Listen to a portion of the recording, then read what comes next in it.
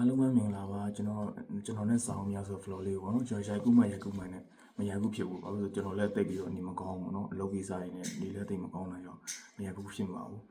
ဒီနေ့တော့เนาะကျွန်တော်ပြောချင်တဲ့ကျွန်တော်နဲ့ဆောင်းများပေါ့เนาะကျွန်တော်က CI ပီမူနေကိုဒါသဘောကျတဲ့လူတွေမှာပါတယ်ပေါ့เนาะ CI ပီမူနေ CI show down လို့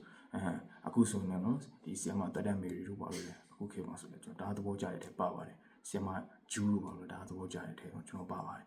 ဒီနေ့တင်ဆက်ပေးခြင်းတဲ့စာအုပ်လေးရဲ့နာမည်ကတော့ CI ပီမူနေရပေါ့နော်လူနဲ့အလုံးဆိုတဲ့စာအုပ်လေးဖြစ်ပါတယ်ဒီစာအုပ်လေးရဆိုရင်ကျွန်တော်အရန်သဘောကျတဲ့အကြောင်းအရာလေးပေါ့နော်ဒီစာအုပ်ထဲမှာကျွန်တော်အနေနဲ့လူနဲ့အလုံးဆိုတဲ့စာအုပ်လေးရဲ့စာဖတ်သူတွေနဲ့မစိမ့်တဲ့စာအုပ်လေးတော့ဆိုမမှားပါဘူးဒီထဲမှာဆိုတော့နော်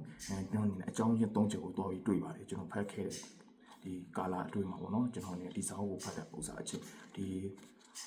၄-၅ချိန်လောက်ပေါ့နော်မနေ့ကကျွန်တော်ဖတ်ခဲ့ပါတယ်စာအုပ်တော့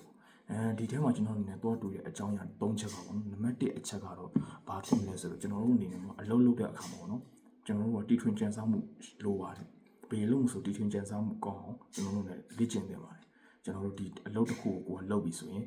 ဘယ်လိုကောင်းအောင်ပေါ့နော်ပြင်ဆင်စူးစမ်းရမလဲဆိုတဲ့စိတ်ကူးစိတ်တမ်းအိမ်မက်အရေးကြီးရဆိုတော့ဆရာကြီးပြင်မိုးနေဒီစာအုပ်ထဲမှာပြောပြထားတဲ့အကြောင်းအရာတွေမှာကျွန်တော်ပေါ့နော်နားလည်ထားတဲ့အကြောင်းအရာတွေတစ်ချက်ဖြစ်ပါတယ်နံပါတ်2ကျွန်တော်နားသိတဲ့အချက်ကတော့နော်ဒီထဲမှာကျွန်တော်အနေနဲ့သဘောကျတဲ့အချက်ကတော့ဘာလဲဆိုတော့ပေါ့နော်ဒီအလုပ်ကိုလုပ်တဲ့အခါပေါ့နော်သူကဥပမာတွေအများကြီးနဲ့ရှင်းပြပြန်သွားပါတယ်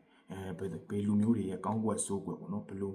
အတူယူအသုံးချရမယ်ဆိုတော့ပေါ့နော်အလုံးနဲ့ပတ်သက်ပြီးတော့ဒီအကြောင်းအရာတွေကိုလည်းကျွန်တော်ဒီထဲမှာအများကြီးသိခဲ့ရပါတယ်နံပါတ်3အချက်ကတော့ကျွန်တော်တို့ဘာနဲ့စံနေဆိုတာကိစ္စနဲ့ပတ်သက်ပြီးပေါ့နော်ကျွန်တော်နံပါတ်3ချက်ကတော့ဘာကိုပြောချင်လဲဆိုတော့ပေါ့နော်ကျွန်တော်တို့အနေနဲ့လုပ်ဖို့အတွက်ပေါ့နော်ဒီနေ့ရွှေညရွှေနဲ့မဟုတ်ဘူးနော်ကိုစူးစမ်းဖို့လုပ်ပါတယ်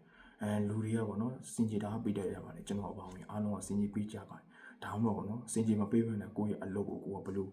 အကောင်းဆုံးလုပ်မလဲဆိုတဲ့အကြောင်းအရာဆိုရင်ဒီစာအုပ်ထဲမှာပါဝင်တဲ့သူဖြစ်ပါတယ်ပြီးတော့လူတွေရဲ့စိတ်နဲ့သဘောထားစိတ်နဲ့စိတ်ထားလူတဘာဝတရားနဲ့နော်လူတဘာဝတရားကိုလည်းဒီစာအုပ်ထဲမှာတလုံးနော်တပူးတဲ့တပါတာပေါ့နော်ရရှိသိမြင်ရမှာဖြစ်ပါတယ်ဒီစာအုပ်လေးကတော့အရန်ကောင်းတယ်ပေါ့နော်ဒါအကြောင်းအရာတွေပါတဲ့စာအုပ်လေးဖြစ်ပြီးတော့ဒါစာဖတ်မိတ်ဆွေတွေအနေနဲ့ဒီဆရာကြီးပီမုံနေရပေါ့နော်လူနဲ့အလုပ်ဆိုတဲ့စာအုပ်လေးကဒါဖတ်တဲ့စာအုပ်လေးလို့ကျွန်တော်အနေနဲ့တိုက်တွန်းလိုပါတယ်အကြံပြုချင်ပါတယ်အားလုံးကျေးဇူးတင်ပါတယ်ခင်ဗျာ